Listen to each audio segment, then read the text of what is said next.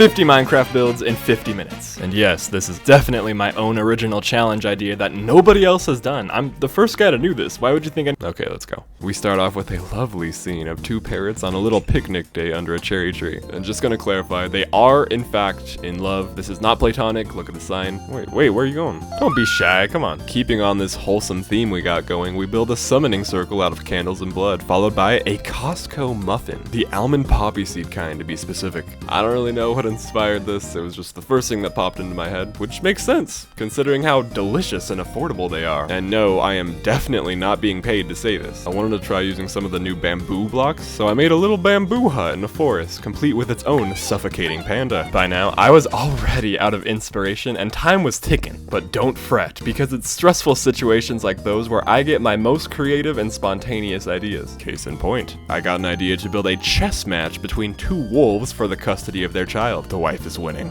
This one's called The Warden Goes to a Hat Shop. He would like to pick out a new hat. What hat will he pick? I don't know. Next was an iron golem being hung for his various crimes against humanity, followed by a replica of my favorite shirt. I'm pretty proud of how this one turned out. I captured its essence pretty well. The lovely outdoor garden pavilion was next, followed by the worst frog you've ever seen in your life. Oh my goodness! It looked so bad.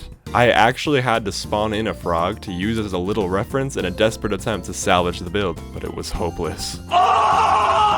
In a last-ditch effort to save the build, I gave him a button nose for some reason, and that somehow kinda tied things together. It was kinda charming. Like, in a 3-year-old hands you the trashiest, most pathetic excuse for a piece of art you've ever seen, but it's still cute because a 3-year-old made it. Kind of way, you know? Row 1 is done, and we jump straight into the next. We make an incredibly underwhelming pirate ship. I liked my idea for 2 parrots on a date next, so I made a romantic candlelit dinner date between 2 lovely cows. I adorned their table, offer them both vegan options. Things looked like the date couldn't be going any better. You could feel the passion, the dramatic tension in the air. But what's this? Next, I build an underwater studio apartment housing a curmudgeon-y, recently divorced guardian who stares out from behind his window with disdain and jealousy towards these 2 lovers. Oh, Mr. Guardian, you'll find someone one day. Maybe it'd help if you weren't so blatantly misogynistic. Next was a scarecrow amidst a field of crops. By build 15, my brain started going to some weird places in an attempt to come up with ideas. We got a replica of the flying machine from Clash Royale. Don't ask me why, please don't. True to its fashion, it even shoots projectiles. Benny, the crotch clock robot, an original character my friend made in MS Paint when we were in middle school. He even has his titular crotch clock. Incredible. Wow. We got a sandcastle, a lovely little balcony hanging from a tree which leads into a cozy treehouse bedroom. It's simple, but I like the vibes of this spot. I wish this is where I gotta sleep. Next came the movie theater. Now we can finally watch Darren Aronofsky's The Whale, starring Brendan Fraser, from the comfort of our own Minecraft world. I wasted 30 seconds brainstorming on build 20, all while under the watch of my most horrific creation, before being randomly inspired to make the lily pad from Plants vs. Zombies. A real crowd favorite. Look at the resemblance. Row 3 was next. I have no idea what was going on through my head here, especially looking back on the footage, but I made a faithful recreation of that one scene from Home Alone 2 where Kevin throws a brick at Marv's head. Okay, kid, give it to me. Here's Kevin, here's Marv and Harry, those 2 scoundrels. Following this obvious low point, I made Squidwards House. I'm genuinely a little impressed with my creation here. I think I kinda nailed it. And we're just gonna pretend build 23 never happened. Even though we had a bit of a rocky start, I don't know, man, I just started getting into this groove. I was on a roll. A greenhouse with shelves of different plants and a nice little skylight. An axolotl fighting arena. Some kind of Zen castle based off my most recent build in my survival world. The pea shooter. Look at him.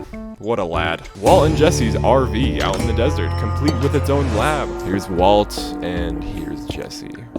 Oh yeah. A Pez dispenser with Yoshi's head on it. I feel like I might have been losing it here. And a beehive. I had a lot of pressure on me here, having to deal with the sight of my masterwork lily pad right behind me, so this one was a bit rushed. Row 4 kicked off with one of my personal favorites. A New York City studio apartment for $6,000 a month. Allow me to give you a tour. We got a bed, a lovely window, lighting, and even some room for a kitchen and a flower pot. To replicate the true New York City experience, I also added a mugger hiding under your bed waiting for you to follow fall asleep to shank you to death. Remember that darling cow couple from Build 21? Their date went so well that they're now happily married and visiting an adoption center to take in this lovely calf. So sweet. Then came an impressively boring hedge maze, followed by an artistic metaphor for capitalism. Here's us, the working class, trying to sustain ourselves while the rich sit above, basking in the splendor of our hard work while simultaneously covering our crops from the sun. Remember kids, eat the rich. After that reality check hits us like a semi-truck, we build a water slide to forget about it. Whee!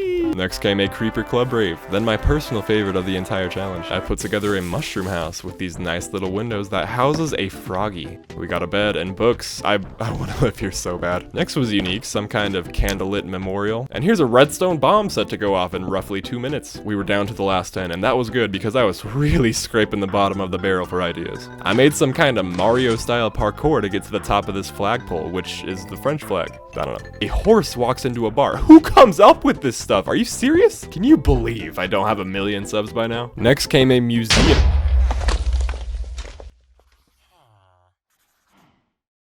Next came a museum display of all my favorite blocks. You know Scrub Daddy? Yeah, another moment of true desperation, though I did have time to make a little kitchen for him to clean dishes in. The commercials for these things are really good, by the way. You can literally put a 10-pound weight on it and it won't get smushed, and then that one gets squashed because it's a piece of shit. All that stuff on the back is useless, it's not real, you stupid knockoff product. Stick with the real deal, okay? Stick with, oh, they're kissing. Wow. This one's an artistic depiction of how it feels to be the only Radiohead fan in 2023. This one was sad. Another artistic depiction of me screaming at God for allowing the quesarito to get removed from the Taco Bell menu. We got sniffers playing poker, and oh my goodness, it looks like that Guardian from earlier is finally seeking underwater therapy. On the last build, I decided it was finally time for my redemption. We were gonna retry that frog build. This time I gave him a wider stance and a yellow tummy, and it actually turns out a lot better. And that's all 50 creations. I can't do 100 like Mumbo did because I'm not half as talented as him and don't have the mental capacity. Remember to subscribe or else I will break into your house in the middle of the night and perform amateur plastic surgery on your face to make it resemble this thing.